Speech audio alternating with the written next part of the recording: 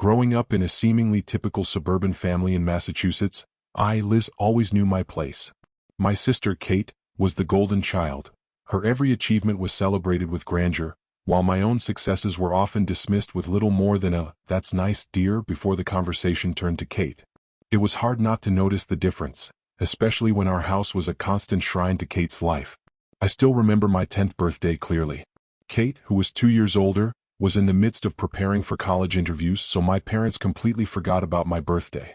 I was given a store-bought cake and a small family dinner, while Kate's birthday party was a massive affair with professional face painters, a bouncy castle, and a petting zoo. To this day, I can't forget the look on my face when my parents tried to pass off her leftover graduation cake as my birthday cake.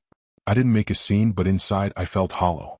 As the years went on, the favoritism only became more apparent. My parents were always too busy with Kate's many activities to notice mine. In middle school, when I won a regional art competition, my parents didn't attend the ceremony. They were too busy celebrating Kate's acceptance into a prestigious program. Meanwhile, Kate had the newest toys, the latest clothes, and every opportunity handed to her. I remember asking for a violin, hoping to learn an instrument, but I was told to make do with Kate's old, abandoned one. It was too big for me and I struggled to play it, but I had to make do. After all, we had already spent so much on Kate's piano lessons, my mother said. In high school, things didn't change. While I worked hard to maintain a 4.0 GPA, participate in extracurricular activities, and volunteer, my parents rarely acknowledged my achievements. Instead, they focused on Kate, who spent most of her time with friends, barely passing her classes. I was happy to be accepted into an exclusive summer program at Harvard, but when I shared the news with my parents, my father's reaction was less than enthusiastic. He quickly changed the topic to Kate's upcoming dance recital. They couldn't even make the time to see me off to the airport when I was leaving for this prestigious program because Kate's recital was on the same day. By the time I entered college, I had already learned not to expect much from my parents. While they went all out for Kate's college experience, buying her a car and helping her settle into her dorm, I was on my own. They would only help pay for half of my tuition, and even then they made it clear that I was expected to figure out the rest. I worked 2 part-time jobs, often barely making ends meet. I felt invisible in the face of Kate's constant achievements, but I managed to keep my head above water, earning honors and eventually landing a job in finance. It wasn't just about the financial disparities, though. It was the emotional neglect that hurt the most. I began therapy during my college years, trying to process the feeling of always being second to Kate. My parents' praise for Kate and their neglect of me began to take a toll on my mental health. They had always made it clear that Kate was their priority, even in moments that should have been about me. I was left to fend for myself, emotionally and financially, while Kate was doted on. Eventually, Kate married Jack and the favoritism reached new heights. My parents spent an entire year planning her perfect wedding, taking out loans just to fund the extravagant ceremony. I was relegated to a supporting role, maid of honor of course, while my parents pushed me to organize the bridal shower, plan the bachelorette party, and manage any emergencies. When I expressed my stress over all the responsibilities while working full-time, my mother told me to stop being selfish. After all, it was Kate's special time. But it didn't end there. Once Kate had children, it seemed like my life had no value whatsoever. Kate had twins and my parents expected me to be the default babysitter. At first, it was just an occasional request to watch them, but soon it became a regular thing. Every weekend, Kate would drop off the kids, leaving them with me while she and Jack went off to enjoy themselves. I loved my nephews, but the constant babysitting was exhausting. And whenever I tried to set limits, Kate would accuse me of being bitter or selfish for not helping more. My parents, as always, took her side, telling me that I didn't know what real exhaustion was. But everything came to a head when I decided to treat myself to a vacation. After years of being the dependable sister, the babysitter, and the one who always put everyone's needs ahead of mine, I had reached my breaking point. I found a quiet resort in Florida and decided to take a solo trip. It was meant to be my chance to relax and recharge. But, of course, when I brought it up during a family dinner, my mother immediately suggested that we all go together. She began making plans for Kate's kids, making it clear that my vacation would once again turn into a time for me to help with the twins. At first, I tried to protest, but Kate had already begun planning activities centered around her kids. That's when I decided I had to do something drastic. I booked a separate resort on a quiet island, far away from the family chaos. I kept the change in plans a secret, silently preparing for my escape. I wasn't sure how it would play out, but I knew that for once, I needed to prioritize myself. After years of putting my family first, I was finally ready to take a stand and create a life where I didn't have to sacrifice everything for their demands. This trip wasn't just about a vacation. It was about reclaiming my life. I was done being the family's doormat, always willing to bend over backward for everyone else. It was time for me to have something for myself. The decision to go on my vacation, away from the expectations of my family, was the hardest one I had ever made. I had spent years putting my own life on hold for the sake of everyone else. Always the dependable daughter, always the reliable sister and aunt, I had lost track of who I was. I was overwhelmed by guilt, but something in me had finally snapped. I had worked hard to establish my own career and a life of independence, yet my family had never seen it as enough. It was always about Kate, her achievements, her needs, her family, and I was always second, always behind the scenes. The trip wasn't just about getting away. It was about reclaiming my space, my time, and my peace. For once, I wasn't going to be the one who dropped everything for my sister and her kids. I had spent far too many weekends babysitting, far too many evenings being the last-minute solution when Kate needed a break. No more. The guilt weighed heavily on me, but the thought of spending one more minute in the familiar cycle of family expectations was unbearable. The night before my flight, I packed my bags in secret. I couldn't tell anyone. If they knew, they'd find a way to guilt-trip me into changing my plans. So I kept my actions quiet. I carefully scheduled time off from work, ensuring I wouldn't be reachable by email or phone for the next several days. I had already been through enough emotional manipulation and guilt from my parents and Kate. They had all but conditioned me to believe that my own needs didn't matter. It was always about what they wanted, what Kate needed, and how I could help. The time had come to change that. I reserved a separate resort on a quiet island, far removed from the tourist-heavy chaos of the resort my family would be visiting. It was a place I had researched meticulously, hoping for the peace and tranquility I so desperately craved. I couldn't imagine spending another second in a crowded place, surrounded by the noise and demands of my family. I was exhausted, mentally and physically, from the years of putting others first. On the morning of the flight, I was filled with a strange mix of emotions: exhilaration, fear, guilt, and most of all, a deep sense of relief. As I left my apartment, I made sure to disable location sharing on my phone, knowing that once my family discovered I had left, they would start trying to track me down. I didn't want them to know exactly where I was. This was my time, and I wasn't going to let them invade it. At the airport, the reality of what I was doing started to sink in. I was leaving them behind, leaving the demands, the expectations, and the years of resentment. I was going to find a life for myself, a life where I wasn't the fallback, the person who was always there when they needed something. I felt a mixture of liberation and guilt, but for the first time I truly felt free. I had made a decision that was about me, and I didn't regret it. As I went through security and checked in for my flight, I couldn't help but glance over at the gate where my family would be. I saw Kate and Jack carrying their children, laughing and chatting. My parents were with them, of course, offering to help carry the luggage. They had no idea what I was doing, and part of me felt bad for not telling them. But I knew that if I had, they would have guilt-tripped me into abandoning my plans. This was the only way I could truly escape. When I boarded the plane, I turned off my phone, knowing full well that the texts, calls, and messages would start pouring in. I was ready for it. They would be confused, hurt, and angry. They would beg me to come back, to explain myself, to apologize for abandoning them. But for the first time, I wasn't going to bend. I wasn't going to let their emotional manipulation control me any longer. The flight was smooth, but I couldn't stop thinking about the inevitable fallout. What would they say when they realized I had gone without them? Would they ever forgive me for this? Would they understand why I had to do it? My mind raced, but I kept reminding myself that I was doing this for me. For once, I was putting myself first, and that was something I had never done before. When I finally arrived at the resort, I felt a sense of calm wash over me. The resort was exactly what I had hoped for: quiet, peaceful, and free from the pressures of my family. The ocean stretched out before me, the gentle waves crashing against the shore. I could breathe again. I could think again. I could just be. For the first 2 days, it was a challenge. The habit of checking my phone, the guilt of not being there for Kate and the twins, was hard to break. I found myself checking the time, remembering when I'd usually be babysitting or when I'd be hearing from Kate. But by the 3rd day, something shifted inside me. I allowed myself to enjoy the activities I had always wanted to try but never had the time for. I took a surfing lesson and laughed at how terrible I was. I joined a yoga class by the beach and met some amazing people. I had a spontaneous dinner with a man I met at the resort's coffee shop. For the first time in years, I was enjoying life on my own terms. It wasn't all easy though. When I turned my phone back on after 5 days, I was bombarded with messages, hundreds of missed calls, voicemails from my mother, and several angry texts from Kate. My family was panicking. They had no idea where I was and they assumed the worst. The guilt hit me again, but this time I resisted the urge to give in. I had to stay strong.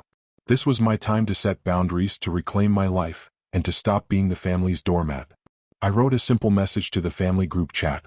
I'm having a great vacation and I'm safe. When I get back, I'll get in touch with you. Please give me space. I turned off my phone again and focused on the present. I had a life to live outside of my family's expectations, and I was going to embrace it fully. The first few days of my vacation were surreal. As I sat on the beach, the ocean waves crashing gently beside me, I felt a sense of freedom I hadn't known in years. The constant pressure to be there for my sister Kate, the expectation to drop everything and be the family's fallback, had always left me feeling drained and underappreciated. But now, for the first time in my life, I was in control. There were no demands, no guilt trips, and no one calling me to babysit. I could do whatever I wanted. I was finally allowed to exist for myself. But that didn't mean the guilt wasn't there. Every time I checked my phone, I felt a wave of anxiety. My mother had left several voicemail messages, and the text messages were nonstop. I could hear her voice in my head, asking me why I'd left without telling them, why I couldn't just be a part of the family's plan for once. She had always framed it as if my sacrifice was simply expected, and to not meet their needs was a betrayal. But I had to keep reminding myself, this was for me. This was my time. On the third day, I began to truly embrace the vacation. I signed up for a surfing lesson which turned out to be an absolute disaster. But it was fun. I laughed at myself, feeling a joy I hadn't experienced in years. Later, I joined a yoga class on the beach and met some wonderful solo travelers. They were all in a similar place, looking for a break, searching for some peace, and trying to carve out time for themselves. I even had a spontaneous dinner date with a man I met at the resort's coffee shop. It wasn't anything serious, but it felt so freeing to simply enjoy someone's company without the weight of family drama constantly looming over me. I was living in the moment for the first time in years, and it felt like I was rediscovering who I was. The weight of always being the dependable daughter, sister, and aunt was starting to lift. I was no longer defined by the roles that my family had created for me. For the first time, I could just be Elizabeth. When I turned my phone back on after 5 days, I was greeted by an overwhelming flood of messages. There were dozens of voicemails from my mom, text messages from Kate and my father, and several angry calls from the family group chat. My mother's tone had shifted from concern to manipulation, her messages filled with guilt and accusations. Elizabeth, how could you do this to us? The twins are so upset. You're supposed to be the reliable one. Where are you? Are you okay? We need you here. We can't handle this without you. I knew they were upset, but this wasn't about them. This was about me finally setting boundaries and asserting my right to live my life the way I wanted. It wasn't my responsibility to bear the emotional burden of my family's dysfunction any longer. Then came the text from Kate. You've ruined everything. The twins miss you. They're inconsolable. I took a deep breath and read through the messages, resisting the urge to cave. I had a new reality now. I wasn't the same person who had always caved in to their emotional manipulation. I had made the decision to prioritize my own happiness, and nothing was going to make me change my mind. I had one final test, the phone call. My dad had reached out to me directly for the first time without accusing me or manipulating me into taking on the family's demands. His voice was softer, almost apologetic. Elizabeth, please let us know you're safe. I don't understand what's happening, but we want to know you're okay. For the first time in my life, my father wasn't defending Kate or guilt-tripping me about what I owed to the family. There was no mention of what Kate needed or how I was supposed to help her. It was the first crack I had seen in the wall he had built around me for years. After hearing my father's voice, I realized I couldn't just keep ignoring everything. I owed it to myself and to my father to explain where I stood. I couldn't go back to the same old patterns, but I also couldn't let him think that I was gone for good. I texted the family group chat with a simple message. I'm having a great vacation and I'm safe. When I get back, I'll get in touch with you. Please give me space. I knew there would be consequences, and I wasn't wrong. That very day, I arrived back at my apartment to find my mother and Kate waiting outside. They had driven over, unannounced, to confront me. It was exactly what I had feared, an emotional storm waiting to happen. They both bombarded me with accusations, guilt trips, and pleas for me to come back to the family and stop being selfish. Kate, of course, was the most vocal. She cried, claiming that I had traumatized the twins, that I had abandoned them in their time of need. But I stood firm. I didn't let their guilt trips affect me like they used to. I knew that this was my boundary and I wasn't going to let them cross it. I calmly explained that I had spent my whole life catering to their needs, putting my own happiness on hold, and that it had finally taken a toll on me. I told them that I loved the twins, but I could no longer be the one who dropped everything for them. I was no longer their free babysitter, their fallback. The confrontation was uncomfortable, but it was also empowering. For the first time in years, I stood up for myself, and it felt like a weight had been lifted. But this wasn't over. Kate wasn't going to give up easily, and neither was my mother. The family fallout had just begun. I knew I had to keep moving forward, though. I couldn't let their emotional manipulation pull me back in. I had made a life for myself, and I wasn't going to let them destroy it again. The confrontation with my family was more difficult than I had anticipated, but it was also necessary. The guilt I had carried for so long began to unravel, and I realized that I wasn't just fighting for my independence. I was fighting for my emotional well-being, something that had been compromised for years. After the coffee shop incident, where I had confronted my parents and Kate, I moved forward with my plans to cut ties and establish a life of my own. The consequences of my decision were immediate, and while they were difficult, they were also the catalyst for the change I needed. Kate, unsurprisingly, reacted the most aggressively. She had always been the golden child, the center of our family's attention, and she couldn't fathom why I would suddenly refuse to comply with the family's expectations. Her anger was palpable, and it came in waves. She would send me furious text messages and passive-aggressive social media posts, often painting herself as the victim and accusing me of destroying the family. It was a narrative I had heard before, and it was one I was no longer willing to accept. The hardest part of all of this was not the anger from Kate or the emotional manipulation from my mother, it was the silence from my father. For years, he had been the silent enforcer of Kate's favoritism, and even now, after our conversation, he didn't seem to understand the extent of the emotional damage that had been done. He would occasionally reach out, but his messages were lukewarm at best, offering no real acknowledgement of the hurt he had caused. It was as if he was still trying to hold on to the old ways of doing things, unwilling to admit that the family dynamic needed to change. But amidst all of this turmoil, something remarkable began to happen. My work life started to improve. With the distractions of family drama removed, I was able to focus more on my career. I had been given a significant project at work, one that had been assigned to me because of my newfound focus and energy. The project was challenging but fulfilling, and for the first time, I felt valued for my professional skills rather than my role as the family's caretaker. It was also during this time that I began to invest more in myself. I had started therapy a few months prior, and the progress was undeniable. My therapist had been instrumental in helping me understand that the emotional neglect I had experienced wasn't my fault, and that I didn't owe anyone an explanation for choosing to prioritize my own happiness. I began to work through the years of chronic family stress that had been weighing on me, and for the first time, I felt a sense of relief. The panic attacks I had suffered from for so long became less frequent, and I began to develop healthier coping mechanisms. I also started doing things for myself that I had never had time for before. I enrolled in pottery classes, something I had always wanted to try but had never had the opportunity to pursue.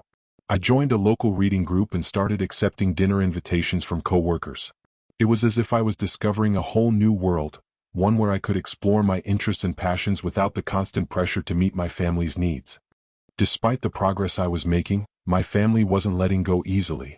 My mother, who had been the most vocal in her guilt-tripping, continued to call and send texts, accusing me of abandoning them. She would tell me how much she missed me and how much the twins needed me, but her words had lost their power. I had stopped feeling responsible for their emotional needs. I wasn't their emotional caretaker anymore, and that realization was both liberating and painful. One of the most surprising developments was my relationship with Jack, Kate's husband. He had always been a passive observer in the family dynamic, but after my confrontation with Kate, he reached out to me. His apology was sincere, and he acknowledged that he had been complicit in the way Kate had treated me. It wasn't easy for him, and I could tell he had struggled with the guilt of not stepping in sooner. But his willingness to apologize and take responsibility for his part in the situation marked a turning point in our relationship. He even began to take on more responsibility with the twins, something that had been long overdue. However, my relationship with Kate remained strained. I could see that she was struggling with the changes in our family dynamic, and she wasn't ready to accept the reality of what had been happening. I didn't expect her to change overnight, but I was starting to see a shift in how I viewed her. She wasn't the perfect sister I had once looked up to. She was a flawed human being just like the rest of us. And for the first time, I was able to see her actions for what they truly were. Not the actions of someone who was entitled to everything, but the actions of someone who had been given everything at the expense of others. As I continued to settle into my new life, I realized that the journey I had undertaken was about more than just setting boundaries with my family. It was about reclaiming my own sense of identity. For so long, I had defined myself by the roles my family had assigned to me: the dependable daughter, the dutiful sister, the ever-present aunt. But now, for the first time, I was defining myself on my own terms. The process wasn't without its challenges, and I knew it would take time to fully heal from the emotional wounds that had been inflicted over the years. But I was beginning to see the fruits of my efforts. I was building a life for myself that was grounded in self-respect, personal boundaries, and a deep understanding of my own worth. In Part 5, I will share the final steps of my journey, as I continue to navigate the complexities of family relationships while embracing the independence I had fought so hard to attain. The road ahead was still uncertain, but for the first time, I was excited about what the future held. The weeks following my decision to separate myself from the family were a whirlwind. It was as if I had opened a door that had long been closed, and now, all of a sudden, I had to step into a new world. A world where I wasn't defined by my family's expectations or constant demands. My phone stopped buzzing with urgent calls and texts. My weekends were no longer filled with babysitting duties for the twins, and I could finally breathe without the ever-present weight of family obligations. At first, there was a strange emptiness that came with the absence of that constant pressure. I had been living my life for so long as the go-to family member, the one everyone turned to when they needed help, that I didn't know what to do with myself when that role was taken away. The guilt was overwhelming at times, especially when I heard from family members, especially my mother, who were still upset. But as the days went by, I found myself settling into this new routine and discovering parts of myself I didn't even know existed. One of the most empowering steps I took during this period was focusing on my work. With the stress of family demands lifted, I began to immerse myself in my career, dedicating more time to my professional development. The new responsibilities I had been given at work, leading a large project, were both exhilarating and challenging. I had always been capable, but it was only now that I had the mental clarity to give it my full attention. The project became my anchor, and as I pushed through the tasks at hand, I began to feel a deep sense of pride in what I was accomplishing. I also started to set more personal goals. One of the first things I did was begin therapy. My therapist, Linda, had been instrumental in helping me navigate this emotional labyrinth I found myself in. She helped me realize just how deeply my family's favoritism had impacted my mental health, and how long I had been sacrificing my own happiness for their approval. Through therapy, I learned to work through my deep-rooted feelings of resentment, guilt, and anxiety, and I started to rediscover who I was outside of my family roles. But perhaps the most surprising development was how much I was beginning to enjoy life outside of the family dynamics. I had always imagined that freedom would feel like a void, an empty space where my responsibilities once were. But in reality, it felt like a blank canvas. I started saying yes to invitations, reconnecting with old friends, and engaging in activities I had never allowed myself to experience before. Pottery classes became my sanctuary. It was a space where I could truly be myself, away from the pressures of family life. The tactile nature of molding clay allowed me to work through my emotions in a way that was both soothing and fulfilling. I also began hiking regularly, something I had always wanted to do but never had the time for. The freedom of spending an afternoon outdoors with nothing but nature and my own thoughts was profoundly healing. Slowly, my anxiety dissipated and my body felt lighter. I even started cooking more, something I had always enjoyed but rarely had the time for in the past. The simple joy of cooking for myself without the constant pressure to feed others was a small victory. Yet, as much as I was thriving, there was still the ever-present issue of my family. I had set clear boundaries, but they didn't respect them. My mother, especially, continued to bombard me with messages. She would leave voicemail after voicemail, each one more desperate than the last, imploring me to come back to the family fold. She would claim that I was breaking up the family, that I was selfish for prioritizing myself over the needs of my family. I no longer responded to her messages, as difficult as it was. Kate, on the other hand, continued to send passive-aggressive comments on social media and through text. She would often tag me in posts that were intended to guilt-trip me, making it seem like I was the one abandoning the family. The more I distanced myself, the more they tried to manipulate me into coming back, but it wasn't working anymore. I had learned to recognize their tactics, and I was no longer willing to fall into the same traps. One of the most difficult aspects of all this was the strain it had placed on my relationship with my father. While my mother's emotional manipulation was obvious, my father's silence was far more painful. He never reached out on his own, never checked in to see how I was doing, or even acknowledged the profound changes in my life. It was as if he was too afraid to confront the reality of the situation. But then, unexpectedly, my father reached out to me.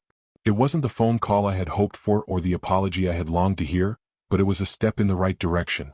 He invited me out to lunch, and for the first time in years, we sat down together without the cloud of favoritism and guilt hanging over us. The conversation was difficult, but honest. He admitted that he hadn't fully understood the extent of the emotional toll the family dynamics had taken on me. It wasn't an apology, but it was the closest he had come to acknowledging my pain. I told him about the years of being overlooked, of having my accomplishments ignored in favor of Kate's, of constantly putting my own life on hold to meet the family's expectations. It was an uncomfortable conversation, but it was necessary. And in that moment, I realized that the process of healing wasn't just about distancing myself from the family, it was about making them see me for who I truly was, not just the person they had manipulated for years. In the end, I wasn't sure where things would go with my family, but I was beginning to understand that I couldn't control their reactions. What mattered was that I was living for myself now, and I wasn't going to allow them to dictate my happiness any longer. I had taken back control of my life. It was messy, it was painful, but it was also freeing. I had learned how to prioritize my own well-being, how to set healthy boundaries, and how to let go of the guilt that had held me captive for so long. In the final part of my story, I'll discuss the aftermath of this journey, how I'm continuing to rebuild my relationship with my family on my own terms, and the lessons I've learned along the way. The journey is far from over, but I'm excited about the future and what it holds for me. It's been a few months since that pivotal day at the coffee shop when I confronted my family, and the dust is beginning to settle, albeit slowly. The road to healing has not been easy, and the emotional scars from years of favoritism still sting at times, but I am finally starting to feel the weight lift. My relationship with my family is in a very different place than it was before, and though the dynamic is far from perfect, there is a sense of progress. The first major shift occurred after my conversation with my father.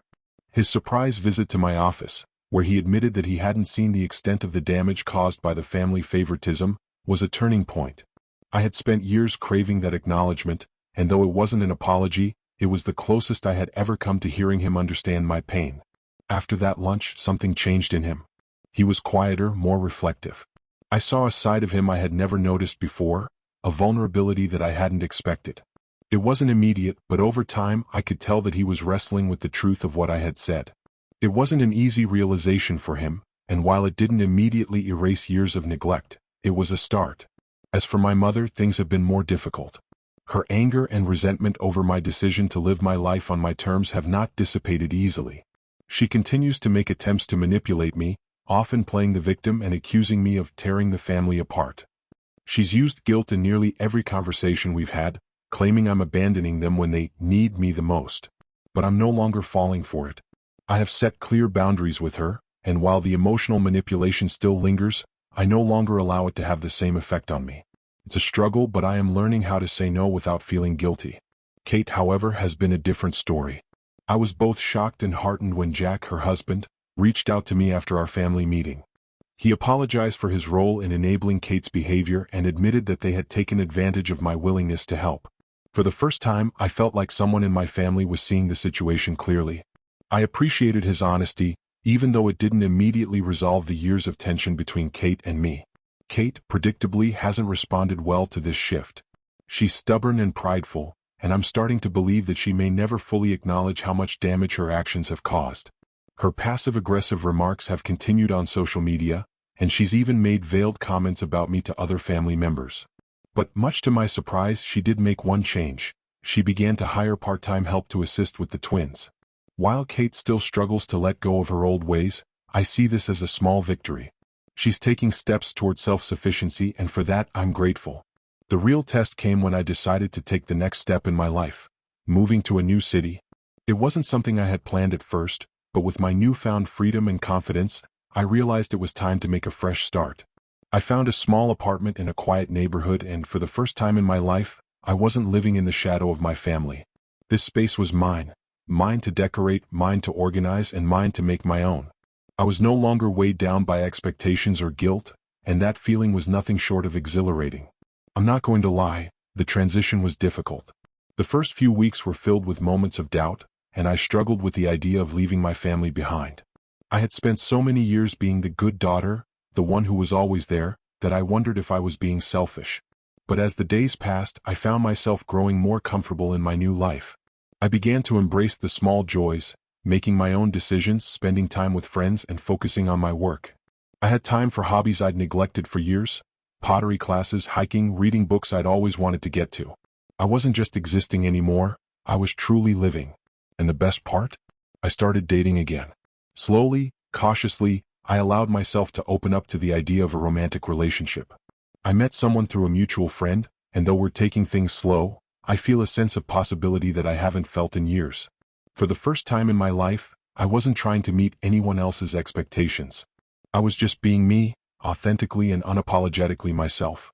In the workplace, things have been going better than I could have imagined. Without the constant distractions and stress from my family, I've been able to focus on my career. My manager noticed a shift in my productivity and offered me an even bigger project to lead. I feel confident in my abilities, something I hadn't felt in years. For once, I'm not just reacting to life, I'm taking charge of it. But even with all the progress I've made, I still have moments of sadness. There are times when I miss the idea of family, the holidays, the dinners, the shared memories. I miss the way it used to be before the dysfunction set in. But those moments of longing are fleeting now. They no longer have the power to define me. I've learned to focus on the family I'm creating with my friends, colleagues, and the people who truly value me for who I am. My chosen family is growing stronger, and that's what matters now. Looking back, I can see how far I've come. The journey hasn't been easy, but it has been worth it. I've reclaimed my life, my identity, and my worth. I've learned to set boundaries, to prioritize my own needs, and to let go of the guilt that held me captive for so long. It's a constant process, and I know there will be challenges ahead. But for the first time, I'm excited about the future. I'm building a life that's true to who I am, and I'm not willing to let anyone, including my family, take that away from me. The road ahead is uncertain, but one thing is clear: I am no longer the family scapegoat. I am not just Kate's sister. I am Elizabeth. And that's enough. The key message from this story is the importance of self-worth, boundaries, and the courage to reclaim one's life. For years, the narrator lived in the shadow of their family's favoritism toward their sibling, sacrificing personal happiness, career opportunities, and relationships in the process. The turning point came when they decided to prioritize their own needs, set firm boundaries, and take control of their life. This shift allowed them to rediscover their identity, pursue their passions, and create a new life on their own terms.